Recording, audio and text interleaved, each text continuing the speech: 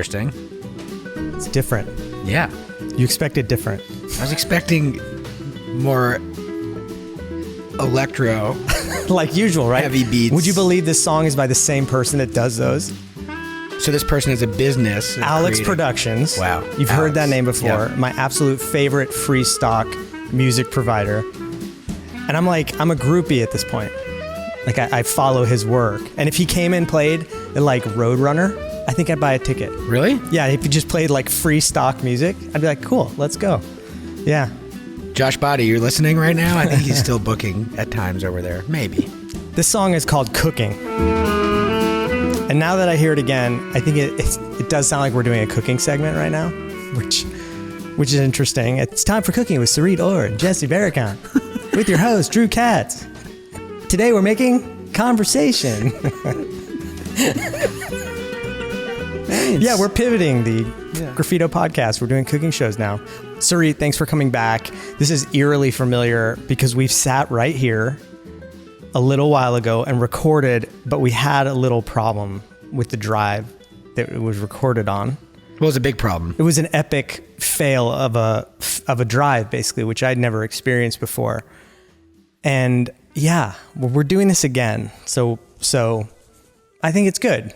I was actually, when you said the drive, I didn't really know what you meant. Like, Yeah. I assume these things are kept somewhere in the ether. Yeah, no, that would probably be smart. Yeah. That's why they invented cloud stuff, but it would be tedious to edit like that way.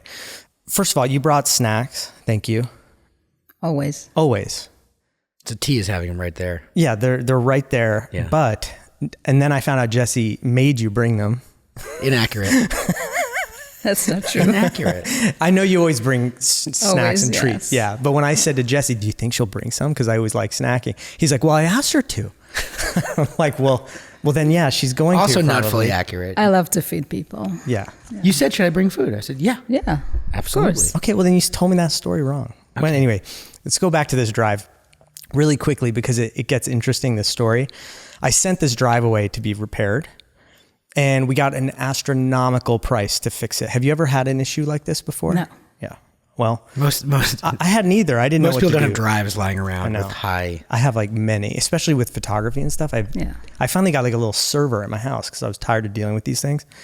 And I sent it away and they wanted like $4,500 to fix it. And I go, it was a great interview and it's nice to have all these things, but like, I don't know if it's that amazing. So I told the guy, no, that's not going to work. And he basically said, well, what would be reasonable? So I threw out a number. He goes, okay. So I basically paid a fraction of the price to fix this drive, which we thought was worth it. And then it came back and your file was damaged beyond repair. So Question. it didn't really matter. Was it just the Tzurit interview? No, it was all the podcast stuff and music and like we have some sponsorships, that are on there. So yeah, it was an important thing to get fixed, but unfortunately couldn't completely fix it. So here we are again. Take two. Yeah, Good. yeah. It was Because you're not busy. No. You can just not at pop all. in. Yeah. it was a lesson for me in negotiation, one that I've used often, which is I don't think so. And then I'm like, it's worth this. This happened with my car. Sorry, we're tangenting quickly, but Yeah. I just got a new car. The finance guy tries to upsell you on like a tire and wheel package. They wanted $59 a month for it. I said no. He goes, how about 19? Wow. Like right away. I go, no, I'll give you 10. He goes, deal. This negotiation took about 12 seconds. And I was like, okay, great. So of course, Jesse's first response was like, it's probably because it was included anyway. So they just got $10 a month out of you for nothing. It was probably the only car they had on the lot. Yeah, right. Jesse, we were just talking about lease negotiations. You're signing a lot of leases these days and you have in the past. Negotiation with landlords, is that just a major pain point in your life? I mean, other than the fact that it takes forever. No, I actually like it. Do you? Yeah. Well, you're good at it. What makes her good at it? Well, it's a good question for Dave. It's also fun because we can talk to Dave about Dave since he's not here. Yeah, but better. Much better. I think you are, I'll try to answer and then Tzurit can, I guess. Yeah. I think you're very proud of Tatte. You put so much into the brand. You care deeply about it. and you're not afraid to ask for what you think is fair. I think it's those four things. From my perspective, seeing the way in which you negotiate, and you also don't approach it like a negotiation. It's just, this is what we need to be successful. Yeah. And I think that works really well. Yeah, I approach it as a partnership more than a kind of short-term discussion. And I get to know the person. And it's always turned to be very personal and a relationship, a long-term relationship and a partnership. And I see their side as much as I see my side, but I also know what I need to have to make that work. And I'm aware of the brand and the strength of the brand and the amenity it brings. And I use that as my tools and power. Did you always have that confidence with your brand? Or is this something that's more, has gotten stronger and stronger? Or were you always like, you know what? I think what I have is pretty great. I always knew that it's going to be special. I mean, the first interaction I had with that was, you know, how do you do a tatte and who do you share it with? And, you know, would you choose, you know, sell your product at Costco, nothing against Costco, or would you work harder and go through Dean and DeLuca and Williams-Sonoma? So am I good enough? So it's the prices you charge, who you want to be associated with to help you build your brand, and that all translates to how landlords see you at the end of the day and how strong you are. So yeah, it's a long road and work in progress. Jesse, do you feel like it now more than ever, it's just easier to convince somebody that they need a tatte? Well, there's no convincing. They come to you. Really? Yeah. Correct. And that has to have started at some point. I think it happened pretty early. Pretty early, yes. I think the second one was Kendall Square. Yes. Which kind of came to us and was a great negotiation with Bill Kane, who... At Biomed, who I learned was our customer before. And that helps. You know... Well, because we told him to go there. Beacon Hill, Paul lived behind the first Tatte and have that building, the meeting house, and wanted Tatte there. 101 Main Street, Amazon asked for have Tatte there. I mean, and that's how we roll throughout the years. Yeah. Yeah, it happened quick. I would also say that the key takeaway, and I'm sure some landlords, future Tatte landlords, will listen to this or will send it to them, is this pursuit to think about the lease transaction as a partnership versus an adversarial negotiation. Right. If Tatte wins, the landlord wins, right? Hands down. And you've always felt that. Yeah. And that's not, it should be the norm. I think it is in a lot of Graffito deals, but it's not the way that many tenants approach these negotiations. Yeah, I would think as a tenant coming into a space, you'd want just everything you want, and there's no real, right? I mean, like... Yeah, many tenants aren't hinging that back on rational and legitimate needs of the business. They're just trying to drive towards the best, quote, deal they can get, as opposed to thinking about what can make my business most successful and where do I have leverage based on the reality of my business to ask for some relief, flexibility, etc. But it also takes a good landlord to understand that going into it, right? I mean, you must come across some deals where you're just not feeling the collaborative nature of the lease signing. Yeah, not many. I think many tenants, to Jesse's point, they don't think about the long term. They're having really challenge or don't have the experience of doing the dance between being a business person and creative person and you know, brand person, and how you protect your brand. I walk away if the landlord is not a good partner. It doesn't matter the sites or how good it is. I don't believe you can have a good, healthy business if the other side is not a good partner. So it's a high price to pay. And I think the COVID showed us, you know, what landlord and real relationship can bring. Like it was totally put to the test. Yes, yeah. And it was beautiful. It was just a lot of conversation on my end and a lot of work, but they all came together. And the one that tried not to, they did. Yeah, but I mean, that's validating to the fact that you went into a really good relationship that you felt good about. And then when they were tested, it turned out to be true, which is good. Didn't you help with that second store in Kendall? That's how we met Tzurit. That's how we met. By the way, you were celebrating some sort of anniversary. I don't know what that was about, but What? Instagram revealed that you three, you and Dave and Tzurit were at And Jim. And Jim, Tatte's attorney. Tatte's attorney. our incredible, sweet attorney. You were all at SRV having a wonderful dinner while I was not.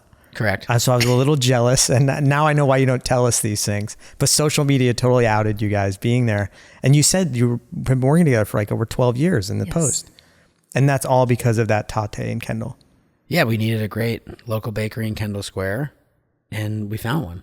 Well, Never could have thought it would have resulted in this kind of relationship, ever. Let's go back, because the store number one was in Brookline, but then you had the farmer's market, which is where you kind of all started. It started the farmer's market, and then after one summer, the first location opened.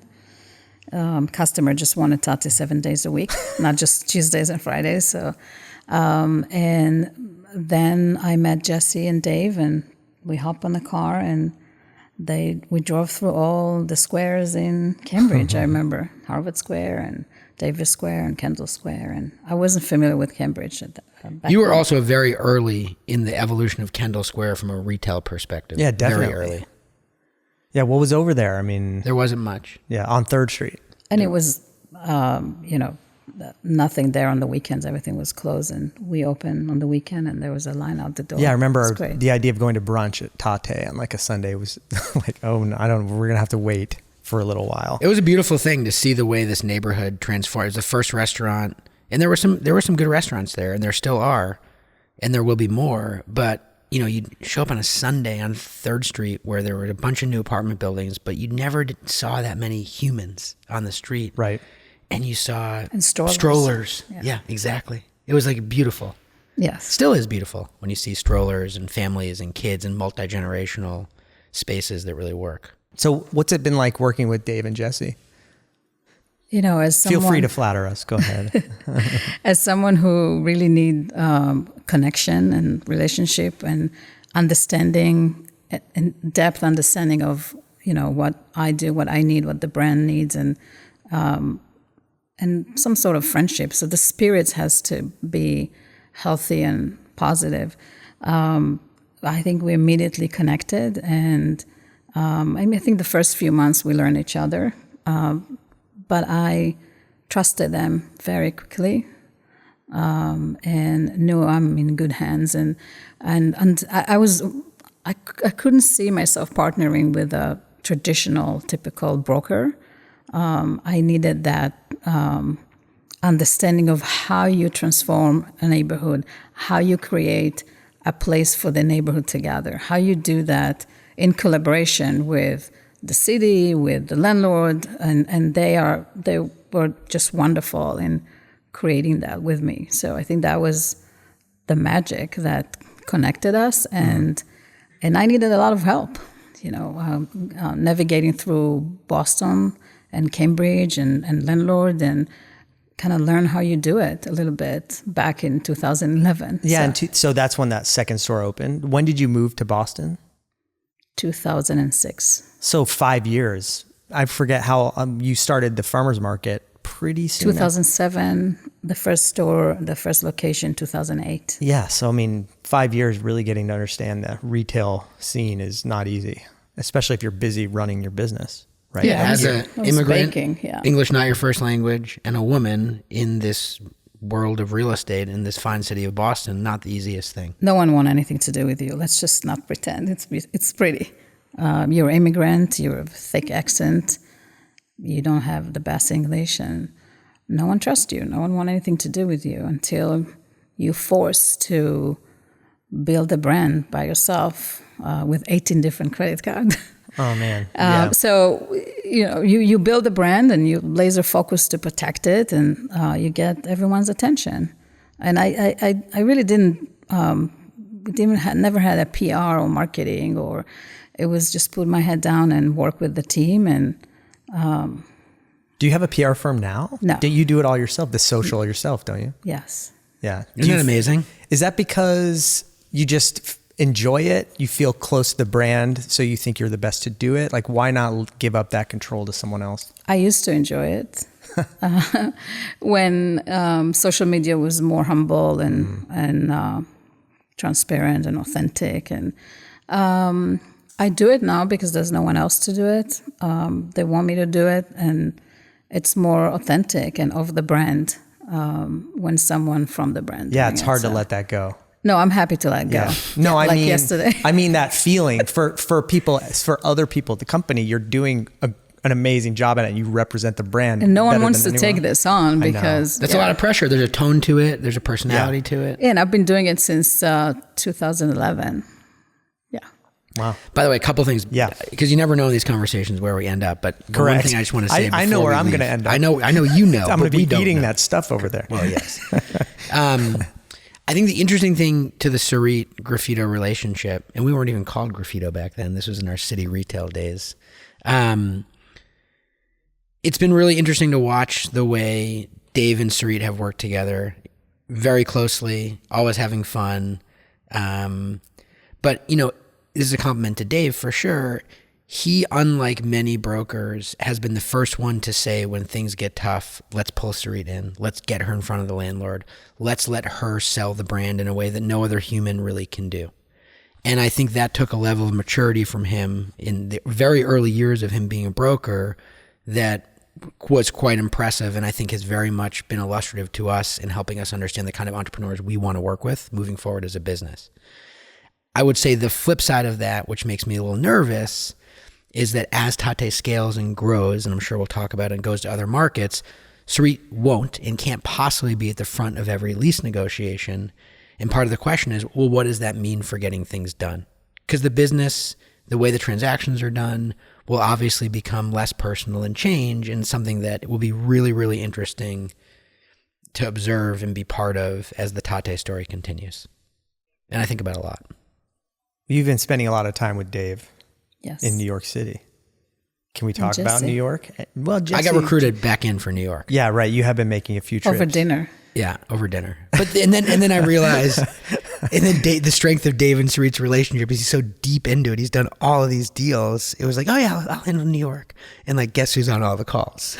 Yes. Dave. Well, what's going on in New York? New York. I think it's the natural third market for Tatte. Second market being DC? Yes. So New York's the third. We don't know stores in New York. So this is fresh, right? Yes. And what have your trips been like? Like, what are you learning? What is like priority number one right now? Ooh, good question. Make sure we're doing the right thing by the brand and by the team. And how do you evaluate that when you're there? So I've experienced New York as, just going and meeting friends and eating great food. And I learned the neighborhoods better, how you move around them, how you feel, how each neighborhood feels. So wherever you're going to open, it will tell the story about your brand and how true you are to your values and your mission of, creating a place for people to gather and provide that comfort. Looking at the neighborhood a little bit differently now and making sure that makes sense for the brand, that corner or that area or what's across the street, what school across the street, if there's a museum, what kind of people we're going to have here. Can we transform an area? Is it underserved? Things like that really matter. It won't be any flashy location or glitz and glamour around it. It will be as if it was part of the neighborhood that was there all the time. So it's I'm more worried about the team and if they can actually have the capacity right now to go to New York and the surrounding areas. It's not just Manhattan, it's Brooklyn. So I think that's what on my mind, less of location. We have a few options and we're going to find a great first site to tell the story of Tatte and bring it to Manhattan, I'm more worried about the brand, not to dilute the brand, not to dilute the experience, the team. So I think that's kind of... By the way, I would say one thing that's interesting when I listen to Tzurit talk about Tatte is you've already heard her talk about the quote brand. We'll call it a capital B brand. I think for many people, they think about a brand as the logo and the colors. And I think for you, when you say brand, you're talking about the people, you're talking about the experience, you're talking about the feel, you're talking about the way Tatte relates to the neighborhood, you're talking about co-tenancy.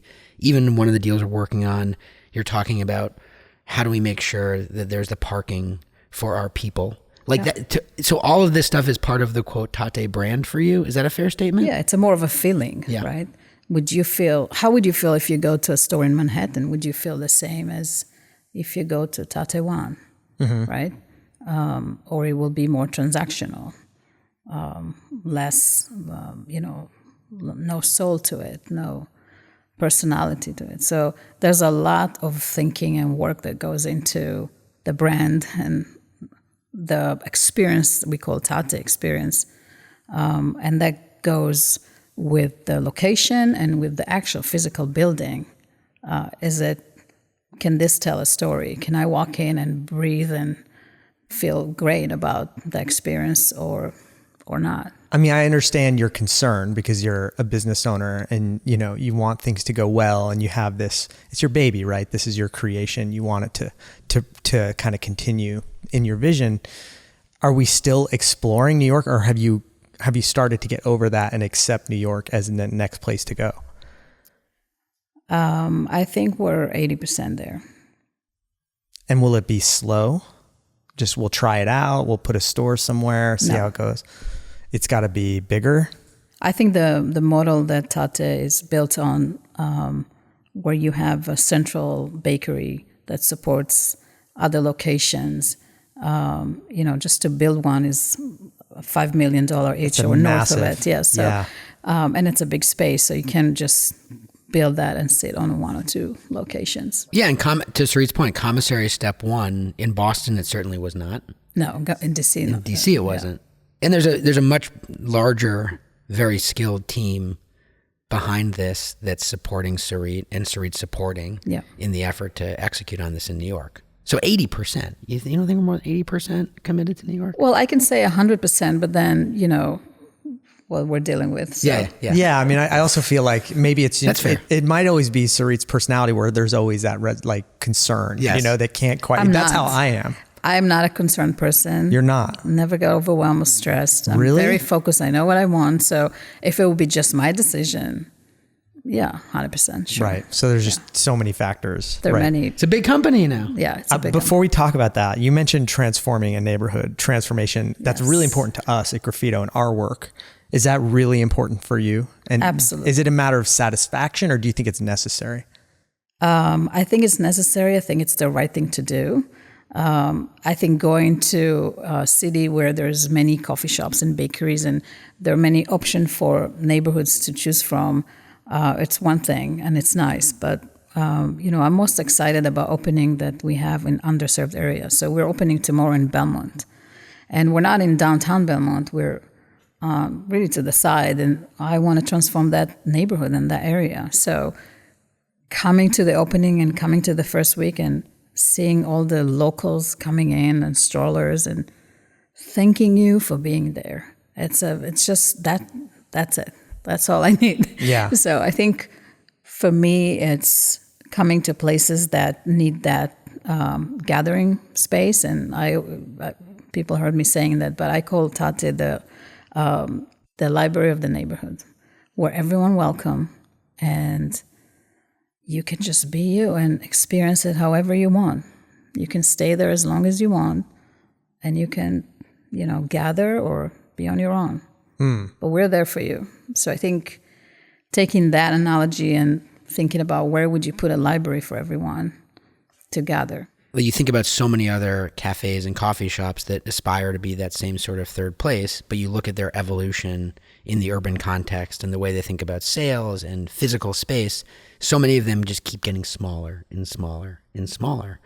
And one of the really interesting conversations we've had for years at Tatte is resisting this push to squeeze a Tatte into a smaller physical space, which frankly is much more economically viable, but Tzurit has always been insistent, like, we need more space, we need more seating, we need a place for people to get their food, to sit down, to choose to have the kind of experience they want, which isn't necessarily for everybody. Boom, come in, one transaction, get your coffee and your croissant, and you're out of there. For many people, they're choosing to go to a Tatte and they're spending time there. And so that's impacted the way we think about real estate for sure. Yeah, and it's the same relationship. You have this relationship with your guest as well. So you want to do right by them. So if I open a Tatte and have 40 seats, I might as well not open it at all. It's just create this level of frustration with our guests that it's unbelievable. It's very emotional. It's getting very emotional with people. I'm going to say something controversial, perhaps. I've always thought Tatte was the most New York-like bakery cafe in Boston. I think it's the white subway tile, that sort of feel. But nonetheless, you never really spent a lot of time in New York City. This didn't just come out of like your experiences in New York City. No, it did. It did. So if it was up to me, I would open New York City 5 years ago. Okay. Yes. Yeah, Tatte is a very much New York City brand. Yeah. Very much. Okay, yeah. so it wasn't so controversial. No. I was afraid maybe we're in agreement. Okay, all right, good. Can you talk about the team in New York City, like why you mentioned this sort of these other factors and how we got to this point? The team in New York? Yeah, well, like that it's not just Tzurit anymore. Oh, sure. Well, I mean, I think part of the evolution has been, as we've gone to new markets, we need experts in those local markets. So we have brokers that are working with us in each of these markets. In New York's big. There are multiple markets. So we're working with, Graffito in particular is working with a great team with our friend Davey from JLL. Yes. And the two fine gentlemen, Hank and Roberto from Good Space in Brooklyn and Long Island City. And then there are three other teams that are working outside of the actual city. So this is all, and a lot of this is happening in the background as the internal core team is trying to figure out this key piece, which is the commissary. So there's a lot going on, which, I'm curious if that's exciting or scary or both for Tzurit, because this is definitely the most robust and the most hands and other individuals on a rollout from a business side. Forget the operation of the commissary and the day-to-day staff, but like there are a lot more business people involved, I think, in this. Is that fair? Yes, and I always said that I'm worried about growth for growth's sake. If you do not understand the brand and what we're here to do for other people, this is not about us. This is not about the sales. Everything, all of that is a byproduct to what we're here to do. And if you don't understand that and just opening locations, that makes me really sad, and that's what keeps me up at night. As you spread and lose the control of who you are and what you're here to do. And I always say, growing and staying small, that's hard. One of that. Yeah. At what point did you realize Tatte was going to be big? I mean, first of all, you had your farmer's market. I'm sure you didn't imagine, I'm going to have all these stores everywhere. Was that a goal of yours? Can we quantify that? We're at 23 now or 24 in Boston open? 24. 24 open as of this week, right? Yes. Yeah, she's opening a store tomorrow and she's here right now. Yeah, well, thank you. I'm not part of that schedule anymore. Okay. There's a great team doing that. Okay, good. Yeah. So 24 in Boston. How many open in DC? So I stopped counting. I just don't count that. We are going to be at 36 total. Yeah. In total? 12. Including, DC. Okay, gotcha. Yeah. But when you didn't have this vision for yourself? No. Even when you opened the first store? I mean... No, Tatte was not started as a business. Explain that. When you come to, and I'll do it very briefly, but when you come to a new country... we can always just edit it out, if it gets too long.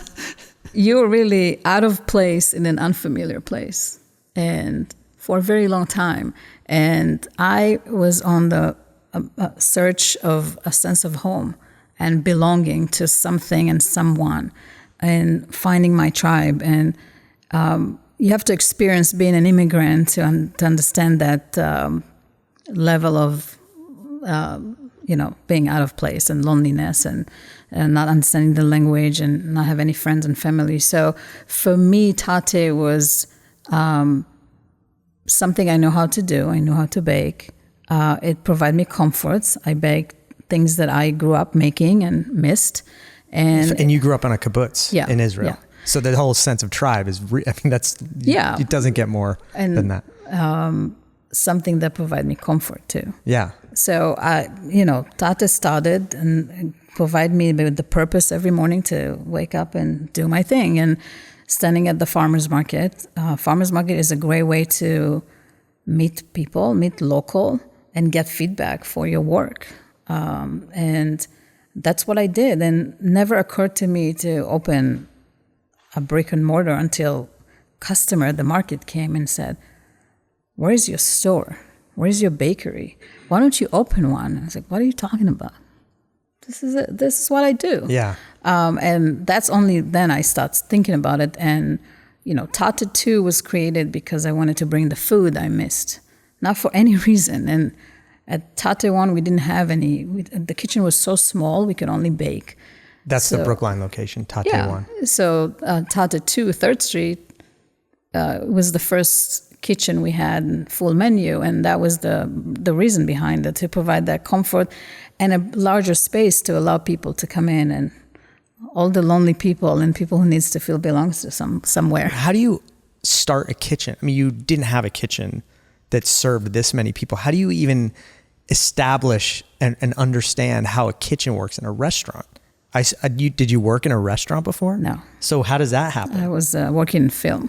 Yeah, right. So how does that happen? Well, I worked in a kitchen as a kid in a kibbutz, so sure. You do know the amount of work that comes with it. And a kitchen in a kibbutz is essentially a commercial kitchen because you're cooking for everybody, right? You're cooking for 1,000 people. Yeah. So minus the transactional aspect, you're still making food. No one pay you for that. Yeah, so you're making food for a lot of people. Yes. Like I'm picturing big mixers, like giant mixers. Yeah, big equipment. Yeah. So that was a level of comfort, having that experience, opening a kitchen.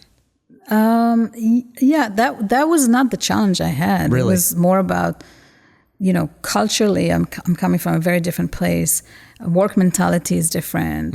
In Israel, everyone are really close, and it's brutally honest in your face, and you always know where you stand with people. And, yeah. And it's kind of always feel like a community of people working together, and it's very different than in the United States. So I was more worried about that and trying to figure out my way of how you actually become an employer here, and what's right and what's wrong, and how you do this dance. And so I hired a chef who he built the kitchen, so he hired the people, and I let him do his thing.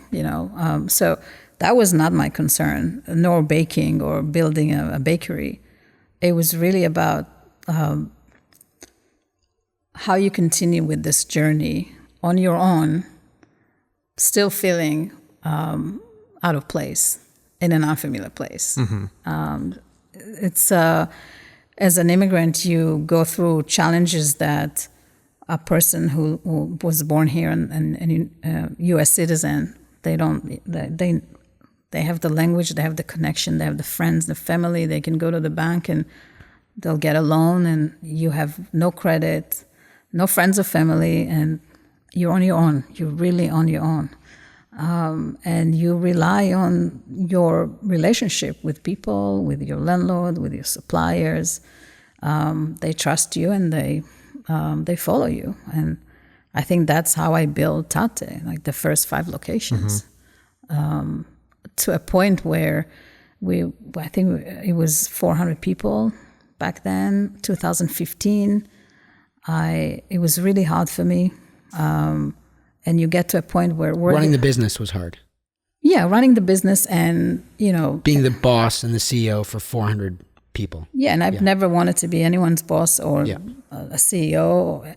You grow with the role, and there's no playbook. And I don't know anyone here to guide me or support me through that. And I'm deciding to stop the growth and decide, what is it that I'm doing?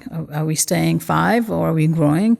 I remember the feeling that Tatte is so special and it needs to get to as many people possible to experience this brand, but I wasn't sure how to do that. It was very lonely also. I think that the highlight of my first 5 locations, it was very lonely, and you are with your self-doubt.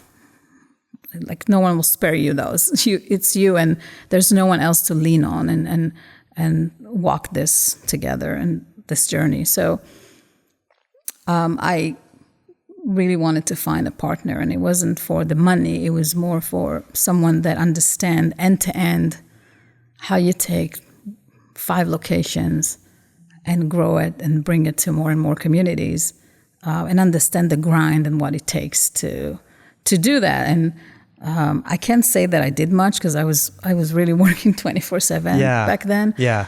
And that came to me, and here we are today.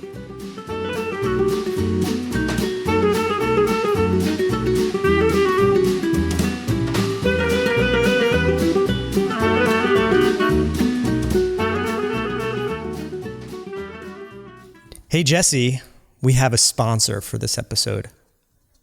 It's a special sponsor. A special sponsor. Yeah, it's the BBC. Can you believe that? Can you believe it? The BBC is sponsoring the Graffito Podcast. They feature such great programming. There's drama, there's excitement. Everything is so well produced and thoughtful. Of course, when I say BBC, I think you know I'm talking about the Boston Bicycle Coalition. Yes, let's ride together, Boston. Bikes are amazing. 2 wheels, a chain, a seat, and handlebars. Simple yet amazing, aren't they, Jesse? Nothing offers you the smooth, carefree, and cost-free ride like a bicycle. With lots of bike lanes in our city, isn't it obvious? Grab your helmet, say a prayer, and get on those busy and incredibly dangerous streets of Boston with a bicycle. I thought you were going to say it with me. Yeah, I'm kind of taken aback. Yeah, kind of strange they included Who provided that copy? They did. Anyway, you gotta love the BBC's motto, ditch the unicycle and get a bicycle, which I think is much more exciting than their old model cars are stupid. Thanks for the BBC for the sponsorship, and see you on the road.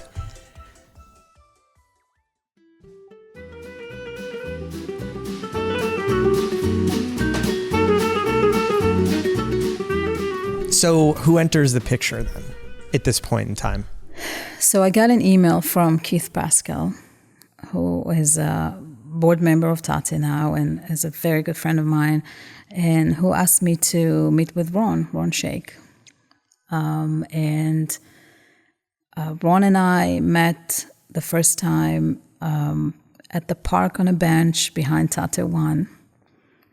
We wanted to get to know each other. And Ron was in St. Louis at the time, or splitting time between here and... No, Ron was in Brookline. He was in Brookline. Yeah, he lives in Brookline. And for our listeners, I mean, Ron Shake, founder of Au Bon Pain, founder and CEO at the time at Panera, kind of legendary cafe bakery, in the retail real estate. And they bought that St. Louis bread company. And that was what we had in Kansas City growing up. So yes. Ron, at this point, Ron's pretty big deal within the retail, fast casual, fast order. Yeah. Go on, Tzurit. So we met, and Ron said, let's date before we get married. I back then, and Ron was also a customer of the Tatte 1. He lived close by, and I was not familiar. I was very focusing on putting my head down and just grind.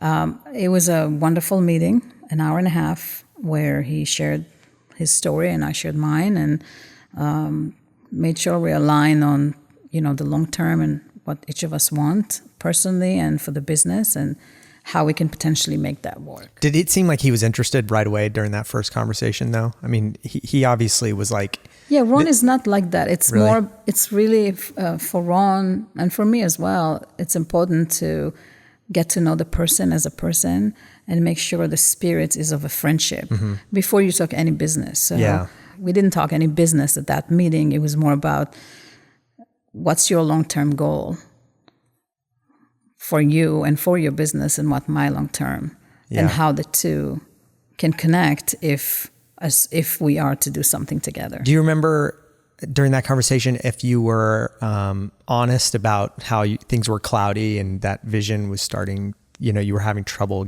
moving forward with that vision in terms of growth? Well, first of all, I can't say I had trouble.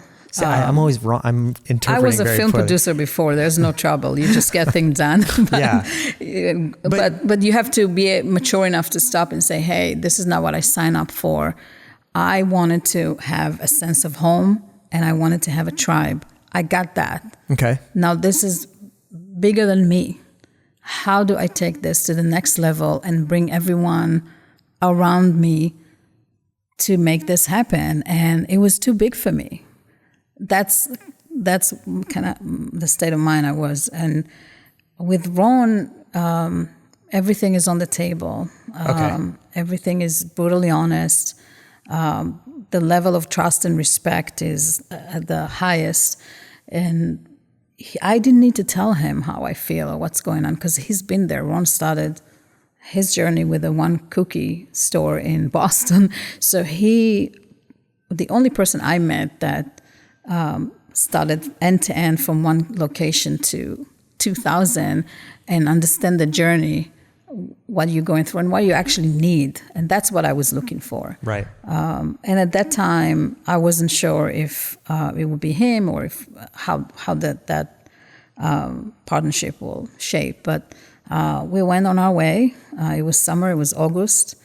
And within 6 months, we were partners. And is that growth then start happening right away? Adding stores, thinking about what the next step is? Or is there some revisionist where like what's happening, what's working and we need to fix? Everything was working. Nothing was to fix. It was really about trying to work together. And I think that the only thing that would really taken from me and from my plate was payroll and finance. Right, because there was an infrastructure there to take care of that. Yeah. So at least I didn't need to do the payroll anymore, but nothing changed for us in that sense. And, Ron was really busy at the time with, he was CEO of Panera. And when he sold Panera and stepped down, then when I got Ron almost full time for me and for Tatte. And that was probably the gift for me personally. And since then, we're building Tatte together. And it's been really one of a kind experience for me. Ron is probably one of my closest personal friend. And the amount of love for each other, respect and trust, and it's all based on the spirit of friendship and support each other. And we're building Tatte together. It's been quite a journey. It's been 8 years. I think things started happening so quickly that I haven't thought that much about it. But it is interesting as a listener over the last 5 minutes hearing you kind of talk about the transition and the statement that it was too big for you at 5, which A, is a powerful statement for an entrepreneur to be able to make at that moment in time. And B, it's wild to think about today in 2023, where Tatte is now, that back at 5 units, you said it was too big for you. So, the perspective for me is, I think it gave Tzurit the freedom to focus on those places that she was really interested in and really good at. Real estate being one. So selfishly, that was really helpful. Without Tzurit, there's not this number of Tattes, period. Even if Ron was involved. Or at least they would not be as well located in the places and neighborhoods that they are. That's a given. And I think I would also say, from the Graffito perspective, it was interesting because we went from, having one point of contact to Tzurit then had to justify all of these deals to more than just herself. Yeah, we have a real estate committee that it's a process to approve a real estate at Tatte, yeah.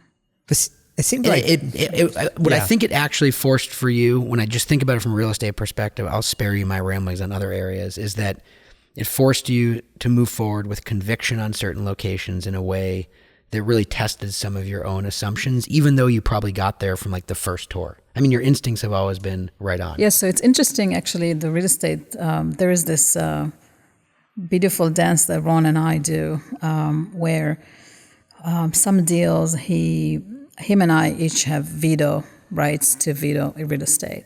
And he once, I never vetoed him yet, but he once vetoed me on a deal we worked for 8 months on Summer Street. Yep. And In Boston? yeah, Where these treats came from, I bet. Oh. 125 Summer Street. Yeah. And it was rough. It was tough. And when I want something, I'll go back and back until I get it. And eventually I did get Summer Street. But it happened with other locations where it took me about 4 years to have him trust that I know what I'm doing with real estate and prove, my work. So every site we bring, it's unbelievable, and it blows his mind. So I have my credibility of, doing real estate, but I would say probably my favorite thing to do for Tatte would be the design. Yeah. And right. the innovation of food and bakery items. That's kind of my favorite things. When you say that, when you grow this big and you want to make a change to something in the restaurant, how easy is it to then do it to all of the Tattes? It's not. It's not, right? I mean, that kills me. It does. I've thought about this. I'm like, okay, what if you decide to add something new to the menu? I mean, how do you then get it across to all the different stores?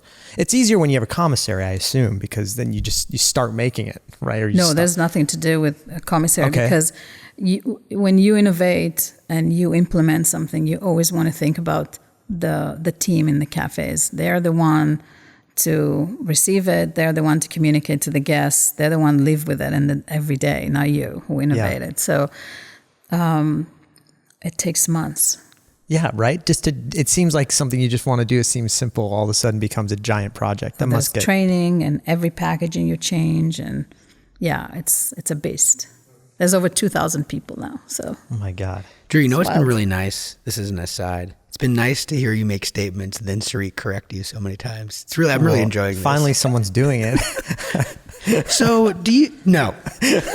Well, I have thought about that though, and I'm being validated by Tzurit that it's a pain in the ass actually to do that, and I would imagine that it makes, to some level, you just don't want to do it sometimes, just because you know how hard it's going to be. You start to say, well, is it worth it to make this change, if knowing that it's going to be that much? You have to be. So I miss the days at 3rd Street and Tatte One that I baked a pie and put it out. Just to, because there was some stuff in the walk-in that I wanted to use. So there is processes to everything, and you just have to change your mindset and gear and to be super disciplined. And all the creative process, you have X amount of time, and then you have to get to implementation. So you have decks, and you have crunch time, and you have inventory. I mean, it's a whole massive machine. But your go-to items from Tatte 2, which was a much bigger menu than Tatte 1, they're still on the menu. Yes. It's amazing. All the salads, all the sandwich, everything we started with still on the menu. Yeah. And we cannot take it off the menu. Yeah. In terms of other things that become difficult as you get bigger, what are some other personal challenges that you're facing as the company grows? I think you have to find yourself within this whole thing as you grow. So from a farmer's market to even 5 location, it's the way you hold yourself, it's the way you speak, it's the way you manage your time.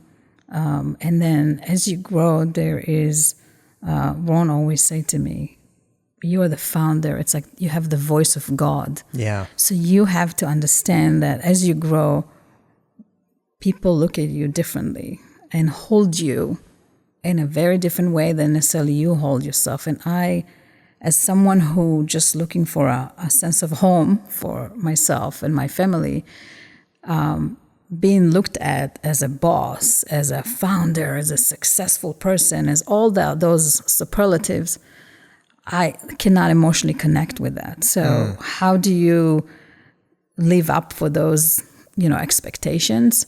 And, Ron helped me a lot with that, of how do you understand that when you walk into a room, it means a lot to people in different ways. So people look at your face, people look at what you eat, people look at what you say, everything counts. And you have to sign up for this. And it took me some time to adjust to that. And I'm not in a position to say, I don't want that anymore. I need a break. Yeah. So you have to grow with the business, and you learn a lot. So I think it's the struggle of understanding what you sign up for, whether you want it or not. And, my commitment to Ron is commitment to me. And I commit to grow this and be here and support and protect the brand and all that really hard work. So I think that's the evolution with yourself and how you hold yourself relative to the business. That's a tough one. We had to record this quickly because you're leaving town. Are you moving? You're moving soon. Are you leaving today? No, but we were running out of time. Days before you're moving to DC, right? Yes. Oh yeah. Okay. Why the move to DC? I'm just catching up here. Sorry, guys. Why the move? Why are we losing you? So when I first visited DC was 2017. I went to get to know the city for Tatte. And at first I had 5 days there, and I fell in love with DC. I fell in love with the neighborhoods, the diversity, the colorful neighborhoods, the differences between each neighborhood. And I felt at home there. I can't explain it. And since then, I wanted to move to DC. It's 5 years now. Was that feeling why you decided to open stores there as well? It took, we only opened in 2020. So it took some time, yeah. It took some time, but we also, Ron, asked me to hold off and allow Tatte to get more of a foundation underneath. And but I fell in love with DC, and I knew that the minute I could, I would move to DC. Okay. So my daughter gave me the green light. She's going to college, and I'm moving to DC. Is she going to be in school near DC? I wish. We're 2 hours away. Yeah. Okay, but that's in college terms, that's like nothing. Yeah, better for than a across the country. Jewish mother, it's like so far. It's like right. Yeah. The thing I'm finding interesting about this, and to also bring back Graffito, is your job as this company grows. You're basically in the real estate business now. me. Yeah. Don't you think, Jesse? No. Part of it. I do think part of it is. I mean, a lot of what I feel like your daily activity, maybe, I don't know what you do. Not all, but part of it. But a big part of the role as a founder of this company is finding the right places. Well, I did full-time real estate until August 1st. Yeah. And then... You mean with the company? Yes. That was your role. And transition, hand the torch to someone else that is capable. I am visiting every site. I need to design that site, but I also visit to give my thumbs up or thumbs down and talk about the brand and why it can work or why it can't work. So I still do the legwork with them, but I don't own the real estate. I do all the real estate in Manhattan, Brooklyn for Tatte. Yes. Seems like a lot. Yeah. Seems like she's in the real estate business. The one observation, it's so fun for me hearing you guys banter because I can kind of partially observe and partially participate. I feel very privileged to be in this seat here. But we get at Graffito so much inbound from entrepreneurs who say, they don't all say this, but some will say, I want to be the next Tatte, or, I want to open this number of units. They have aspirations, even if they've only got one or two cafes or restaurants or yoga studios or whatever it is. And what's interesting looking back at the way Tzurit has thought about real estate is that it wasn't until recently that you were actually thinking about or contemplating number of units. You were always very much, is this the right building, the right place, and the right neighborhood for Tatte? It wasn't driven by a desire to open X number. And I noticed so many entrepreneurs, because the majority of our work is actually on the landlord side. Tatte is an exception for Graffito in that we represent Tatte in their real estate search and expansion. But so many, I don't even want to say fledgling, but very experienced retailers and restaurateurs, it isn't necessarily about the right fit in the right place. It's about, I want to open 5, I want to open 6, I want to open 7. And they lose sight of some of the things we've been talking about. So I wanted to state that because I think we do end up getting a bunch of feedback from folks in the restaurant business who are listening. And I think that is something that when I look back at this whole experience for Graffito, I think Dave would agree, is that, you were always focused on, is this the right place for Tatte? Not, we need to open another Tatte. You cannot be defined by the number of the location you have. You're not better or worse if you have. So you can be defined by the legacy, by what you build. So you can have 10 and have a terrible organization and culture, and you can have 5 and be phenomenal at what you do. And you also have to know your capacity as a person, what you can. What breadth do you have to develop a business? But I think what is very interesting is that this approach has led to this really interesting phenomenon where people in DC and Boston cannot believe how many Tattes there are. When you say there are over 30 Tattes, because their experience in the real estate, in the Tatte that they go to, it feels like their own neighborhood spot. It feels like their neighborhood has something that other neighborhoods don't. Yeah. And that is something that I would challenge anyone to find me another 30 plus unit restaurant where people actually think, and they sincerely do, we hear this all the time, that they've got this great local cafe. Little neighborhood they spot. Emotionally connected to Tatte. Correct. And that goes back to, I think, the way in which Tzurit has looked at the real estate. And it hasn't been about getting to 10 or getting to 20 or getting to 30. It's been about each Tatte opening in a neighborhood that works, where architecturally it feels right. The building, the place, the street edge. I mean, and I think that level of deliberation has led to this feeling of, there are people in DC who tell me about Tatte because we should get them in Boston. It's wild. Yes. It happens to you too, right? Yes. It's amazing, actually. I've said amazing a lot, I've noticed. Can you edit some amazings out?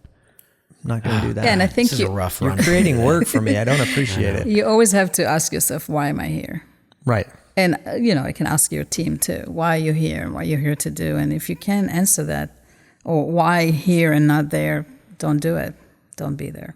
It's been fun too? Yeah. In going back to New York. Like when we tour in New York, I'm just laughing thinking about our last tour with Hank and Roberto, and even thinking about some of our journeys with Davey. Like we're kind of more just like hanging out and snacking with some looking at real estate. You have to feel it. Yeah. You have to feel it. Yeah.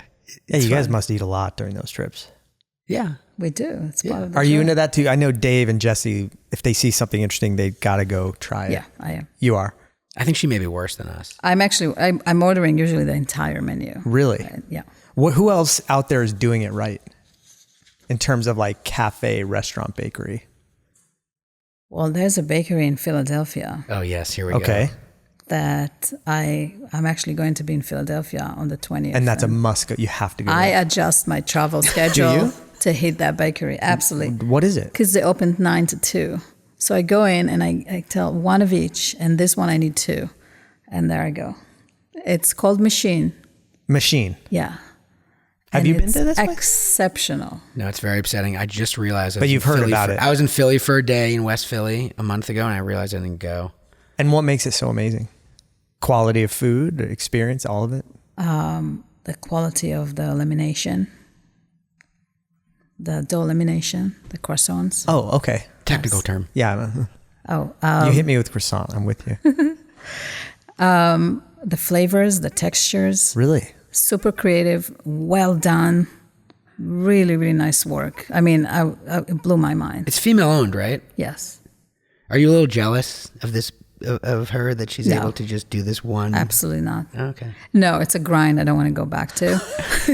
I'm being very honest, but I'm jealous with the fact that she can make 20 of each. Yeah. I make Yeah. 1,000 of each. Yeah. So Yeah.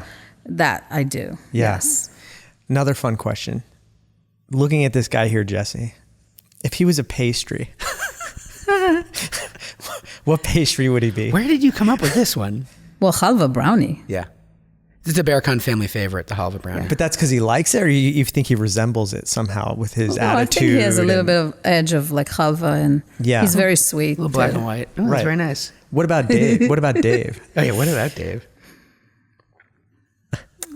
ham and cheese croissant. Buttery. He just very like the traditional things, I think, right? Right. You'd be surprised. Well, no, He'll try anything. He would try anything. He likes right down the middle. Yeah. Yeah. At the end of the day, he always comes back to the Unless tried it's and ice true. cream. He likes strange flavored ice cream. Have you eaten ice cream with Dave recently? No. Good God. What about, first of all, But I love Dave very much. oh, of course. I love a ham and cheese croissant. Yeah, exactly. Nothing wrong with that. You've changed my life indirectly. Here's why. I hate coffee. I don't like coffee. Really? However, and it's awkward because people are like, let's go get coffee. And I'm the guy that orders a hot chocolate, which you guys make a great hot chocolate, which leads me to the fact that I once had a mocha at your place, and the taste of coffee is now acceptable to me thanks to your mocha. Have you seen how they make the mocha? No, go on. They have a box, like a thing of just dark chocolate chips, and they're melting the actual chocolate, no syrup or anything like It's that. Valrhona chocolate. Yeah, it's really It's good. fruity and dark, and now I drink mochas every time I pass a Tatte. I'm like, because when I like something, I go all in, which is why I very have cool. so many health issues. But like, Which is very interesting because we have a great cafe down the street where our office used to be, where Drew could go and drink all the mochas he wants. We have a house account. No, it's at not. Grace Note, No. But he just chooses No. to go to Tatte. correct. I respect that. The taste of coffee would never sort of get anywhere near me. You know this as well as anybody else, thanks to the In full the Tatte disclosure, mocha. I love Grace Note. Of Oh, course. there's not, but it's coffee. I don't want coffee. Grace Note's the best. But I drink it twice a day. But I found myself drinking my wife's iced latte the other day, and it's Wow. it's because of the mocha has been my gateway into like the coffee It's a world. problem. Yeah. By the way, to be clear, my comment about Grace Note is that Drew could get a free mocha at one of the best I prefer to single pay. origin He prefers roaster. to pay I prefer to pay for what I want. Yeah, I can tell by your story about your rims and your tires. Well, I go into Tatte, I'm like, I'll give you $1 for that mocha. Were people negotiating with you? Absolutely not. Never. No, Even at the farmer's market. no. Really? Wow. They ask for free sometime. Yeah. Just like, hey, can you throw You think that this in? is Israel? No. Copley Farmers Market? No. I feel bad now for my mother because I moved so far away. I didn't realize that was a thing. Oh, yeah, you're far away. Really? Really far away. Yeah, sorry about that, Mom. Do you go through like phases of pastries or like things that you like to eat? Like, are there any, do you ever just get obsessed with something and or are you just always trying new things? I always try new things, Really? but I always kind of eat the same thing. You do? I eat very healthy, Do you really? or must- as my doctor say, quality. Quality. Yeah, right. I need to get on that train. I'm But not to be very good at clear, that. when Tzurit says healthy, like it's not the way Americans think about healthy. It's whole foods. You eat butter, you eat sugar, you eat real food. Fair? Yeah, I mean, the way you eat in Israel, like breakfast, dinner, it's all based on chopped salad, Yep. white cheese, fresh eggs, great bread. We don't. It's not like fried or anything like Has that. it been hard to keep those raw, real ingredients at a store that keeps growing where you need higher quantities of it? Have you had that issue? No, you have more buying power. Oh, so it's actually better. Oh, absolutely. That's what people don't understand. They think that as you grow, Yeah, you, for sure. you cut on your quality, and quite the opposite. You have more power to buy the best quality out there. The things you want. Yeah. Yeah. Yeah. By the palate. Yeah. In the last episode, I had a gripe session about restaurants, and we're going to not make that a regular thing. But do you have... Oh, really? I thought we were going to make that a regular thing. But I'm curious if you have any pet peeves going into cafes or bakeries or restaurants and things that you just think can be generally fixed with little effort. I'm not like that, actually. Really? Yeah. It's more for me to walk in and feel welcomed and feel great. So if that feeling isn't there... Yes, and you always get it from the team. So if they make you feel welcome, and if they are genuinely happy to be where they are, you feel great. I don't care much for all the texture around it and the furnitures or the floor or things like that. I bet if I hung out with you in a restaurant, I could get you to not like some stuff. Well, if That's you my force me, yeah, specialty. absolutely. That's my Yes. specialty. Yeah. This has been amazing. How'd we do? Take two. Take two, I think, went very well. We don't know. We never know. We never know. No, but I wish really, there was like a Q&A from the audience. Well, I took surveys. What's your favorite pastry? Might have sounded like that, but seriously, I felt awful when interview 1 kind of didn't work out. So I'm really glad we got you back in here, especially before you move, so that it's convenient for you. Tomorrow, Still gonna come to Boston. No, I know. I hope you'll stop by and say hello. Of course you're gonna. I know stop you by. you'll probably still see them a lot, but it's been very nice of you to come in. Thank you very much Thank for you. doing this with us. Great. This is it. You did good, Drew. There's You probably too, Tzurit. Thank there's you. probably music playing in the background at this point to sort of Same music, sign us right? out. Yeah, and maybe an ad. We'll see. Ooh, we're gonna insert an ad later. Maybe on. so, or maybe we've already heard it. Oh yeah, that's right. We already heard the ad. Yeah. No, don't you remember? Yeah, it was a great. live. Yeah, it was great. It was a great ad. Thank you so much for coming. Thank you, guys. All right. Thanks, Tzurit. Cheers.